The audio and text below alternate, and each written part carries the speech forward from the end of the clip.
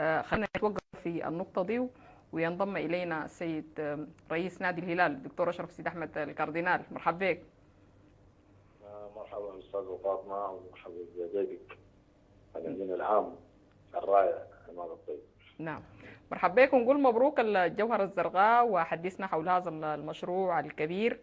وربما هناك تساؤلات حول عدم إشراك الجمهور باعتبار أنه هذا الاستاد هو استاد الهلال، وأيضا رغبة الجماهير في أن تكون شريك في هذا الاستاد.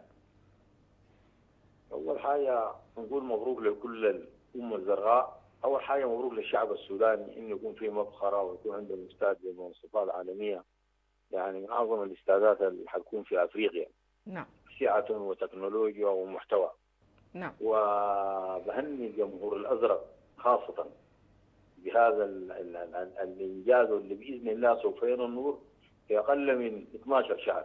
12 شهر ده الماكسيموم، وإن شاء الله بعد كده الهلال يكون عنده تحفة رائعة، يعني تليق باسمه وبمقامه اللي هو المفروض ذاته يكون عنده. يعني احنا لو كان عندنا الطريقة والمساحات يعني سمحت لنا لفعلنا أكثر وأكثر من أجل هذا الأزرق الجميل. نعم. فمبروك لكم جميعا. فيما يخص موضوع الدعم وإنه الناس تشارك، هو طبعا يعني المشاركة دي ما ضروري تكون في استاد. يعني الاستاد ده على أساس إنه العمل ما يتوقف، ونحن قاصدين تايم معين ومقاول أجنبي له باع طويل يعني في عالم البناء والصناعة وكذا. يعني أنا لو فتحنا المسألة دي للجمهور يعني هو بيكون متوقف على عطاء الناس. نعم. وأنا أرحت الجمهور وأردت إنه أعمل لهم هدية من رئيسهم لهم، لكن الباب مفتوح لهم زي ما ذكرت.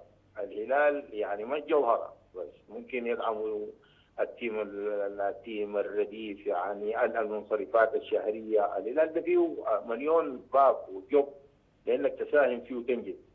نعم. فحقيقة الموضوع ده هو حسم تماما، وليس حسم دكتاتورية، لكن حسم بمحبة. نعم. من قائد الهلال.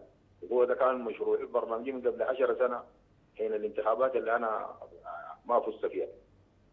نعم. وهذا الحلم يعني ظل يراودني إلى أن أصبح حقيقة، وحقيقة ماثلة. وحقيقة المقاول ذاته طول ارتباطه معنا في أشغال ثانية داخل وخارج السودان تفوق ال 200 مليون دولار أو ذاته كده. يعني السعر ذاته أن احنا ضغطناه ضغط شديد، يعني تحمل أكثر من طاقة في المسألة دي، باعتبار إنه إكراما لأنه أشرف رئيس الهلال وإنه الشغل ده بتاعه. نعم. يعني يمكن دي الحتة دكتور أشرف أكثر من كده. نحن يمكن دارين نسأل، لأنه الناس بتستفسر هل $5,000 كافية لبناء استاد وفندق وملاعب وخلافه؟ $5,000 $5 مليون. نعم. طيب حقيقة هي أول شوف أقول لك كلام الناس، هي بتستعجل المسائل. الناس بتستعجل المسائل، والناس هي ما بتفكر بعقلها ولا عندها البعد الهندسي ولا هي مهندسة يعني. لكن طبعا هو كعهد يعني أبناء شعبنا بيتسرعوا الحكم على المسائل. أول حاجة نحن المبلغ ده هو أساسا ما $5 مليون. المبلغ ده هو أساسا $8 مليون أو 7 مليون و900 وحاجة. لكن ضغطنا للمقاول ولعلاقاته معانا تنازل عن أرباح خرافية. تعرف شركات البناء ما في شركات البناء بتبني أقل من أرباح 50 و60 و70%. نعم. ده كده يعني. لكن طبعا لعلاقته معانا نحن ضغطناه ضغط شديد وخلينا بس يرضى يمكن ب5 ولا 10%.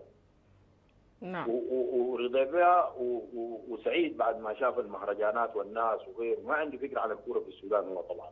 نعم. لأنه زول بتاع بيزنس كذا. لكن هي أساسا ما تكلفته، لكن اللي وصلنا له هو ده. لكن هو أساسا أكثر من 60 ولا 70 مليار. لكن الزول ده استغنى عن أرباح وعن مزاج، إكراما للهلال وإكراما لرئيسه اللي هو تربط به أعمال ضخمة جدا. الفندق اللي احنا بنعنيه طبعا دون شك ما بنعني شيراتون زي ما الناس فهمت فندق كيف ولا الفور سيزون. نعم. لانه ما في فندق بيتعامل في استاد الهلال حيجي ينزلوا فيه سياح ولا ناس، الفندق ذات فندق متخصص. نعم. اللي ولا لعيبتنا للاتيام اللي بتجي بيتكون من 45 غرفه. نعم. 45 غرفه، التشطيب بتاعها 5 ستار، هوتيل بالريسبشن. يعني ما الناس تخيل الفندق زي ما بيقول مثلا هيلتون 300 غرفه و400 غرفه و6 اجنحه رئيسيه و4 غرفه اجتماعات والدنيا والعالمين. يعني الناس هي تفهم ان احنا لما قلنا فندق، ايوه هو نعم فندق و5 ستار تشكيله وتشطيبه، لكن ما بمعنى فندق. فعموما الناس هي ما تستعجل، مستعجله في جنان. احنا قلنا في سنه، يجوا في سنه يشوفوا يا اخواننا الرسومات والشغل اللي قلنا ده والتكنولوجيا دي والنادي هو الوعد بالكاردينال ولا لا. فانا بتمنى يعني انه الناس تفرح مش تنتقد. مثلا الانتقاد انتهى لان هسه جاء رئيس يعني يفعل ما يقول. ما حصل احنا قلنا شيء واحلام واضغاث احلام وجاي الجمهور فوجي انه الكلام كذب.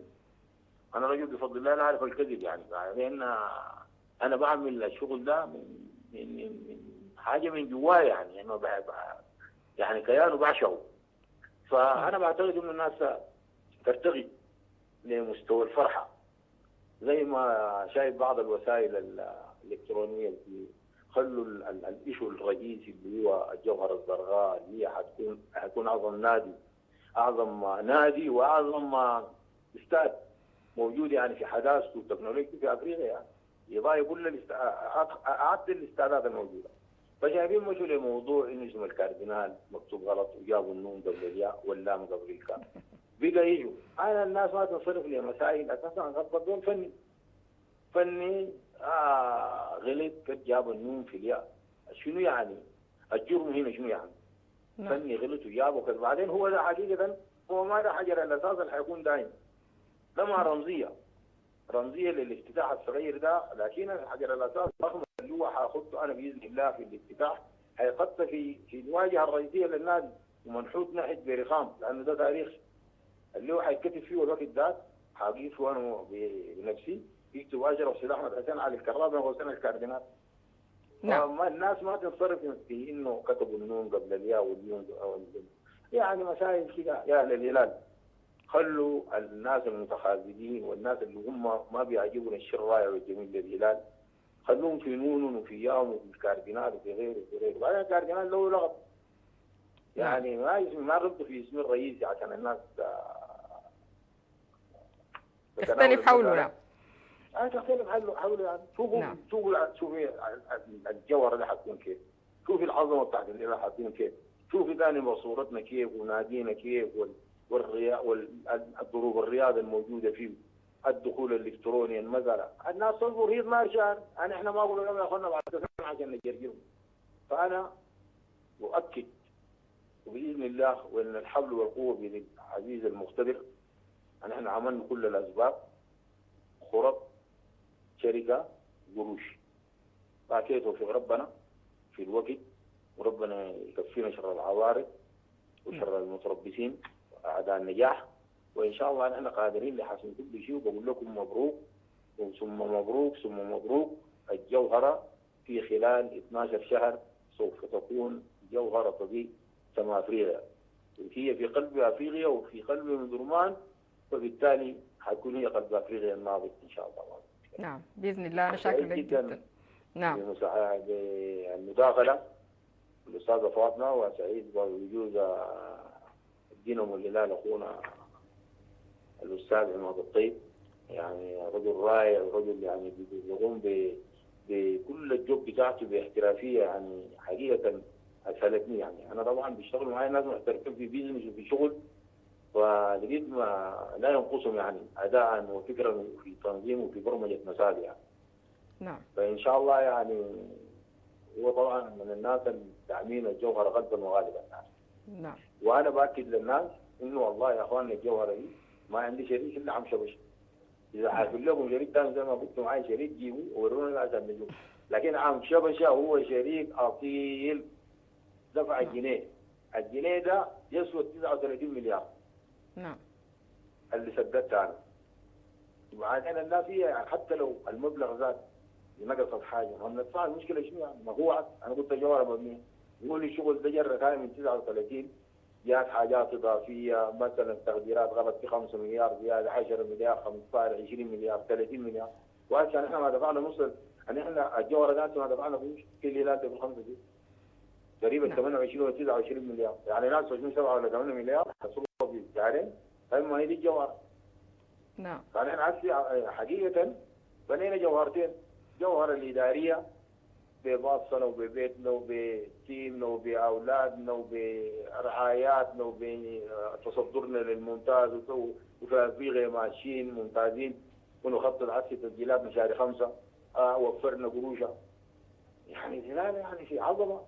فالناس يعني غير إنها المفروض تبعد إذا ما بين مال للخزنة الرئيسية للهلال تدعموا بالكلمة الطيبة. نعم شكرا جزيلا أستاذة نعم فاطمة، تحياتي لرنات المجرمان الرائعة والرجل الرائع حسين خوجل وكل الطاقم العامل. نعم. شكرا لك، كتر خيرك يا دكتور أشرف سيد أحمد الكاردينال رئيس نادي الهلال. الحديث الطيب بالتأكيد حنعلق عليه، ولكن كنا نتحدث حول الكوكي، نبيل الكوكي، اختيار هذا التونسي لقيادة الجهاز